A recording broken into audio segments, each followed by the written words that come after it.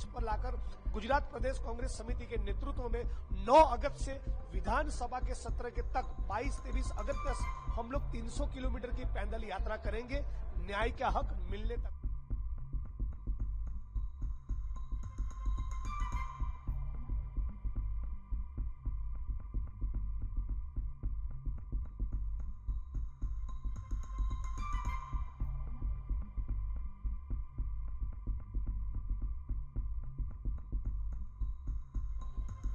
पूरा राजकोट और पूरा गुजरात जानता है कि टीआरपी गेमिंग जोन में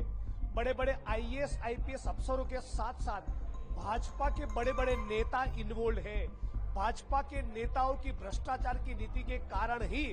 गैर कानूनी तरीके से टीआरपी गेमिंग जोन चलता रहा और 27 से ज्यादा लोगों की मौत हुई। बावजूद उसके गुजरात की भाजपा सरकार ने संकल्प किया है कि सारे भाजपा के नेताओं को और बड़े अफसरों को क्लीन चिट देंगे। इस क्लीन चिट के खिलाफ और न केवल टीआरपी गेमिंग जोन, जो मोरबी में ब्रिज कोलैप्स होने के कारण 150 लोगों की मौत हुई, बड़ौदा में 11-12 लोगों की मौत हुई और सूरत के तक्षशिला में बच्चों की मौत हुई, इन सारे प्रकरणों को एक साथ मिलाकर सारे पीड़ितों को एक मंच पर लाकर गुजरात प्रदेश कांग्रेस समिति के नेतृत्व में 9 अगस्त से विधानसभा के सत्र के तक 22-23 अगस्त तक हम लोग 300 किलोमीटर की पैदल यात्रा करेंगे, न्याय का हक मिलने तक। गुजरात कांग्रेस डिटरमाइंड है कि अत्याचार अन्याय के मामले में हर संभव तरीके से पीड़ितों के साथ खड़े रहकर उनको न्याय दिलाएंगे।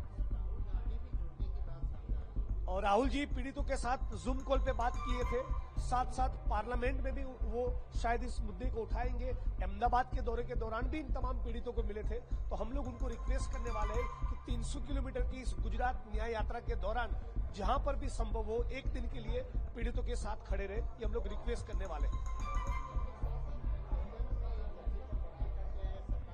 भाजपा वाले आपसे और हमसे ज्यादा भी कभी भारत माता की जय का नारा लगाते हैं, लेकिन उनका महिलाओं के मामले में वास्तविक चरित्र क्या है वो प्रज्वल रेवन्ना मामले में हम लोगों ने देख लिया है। हाल ही में गुजरात के सौराष्ट्र के जसदण तहसील में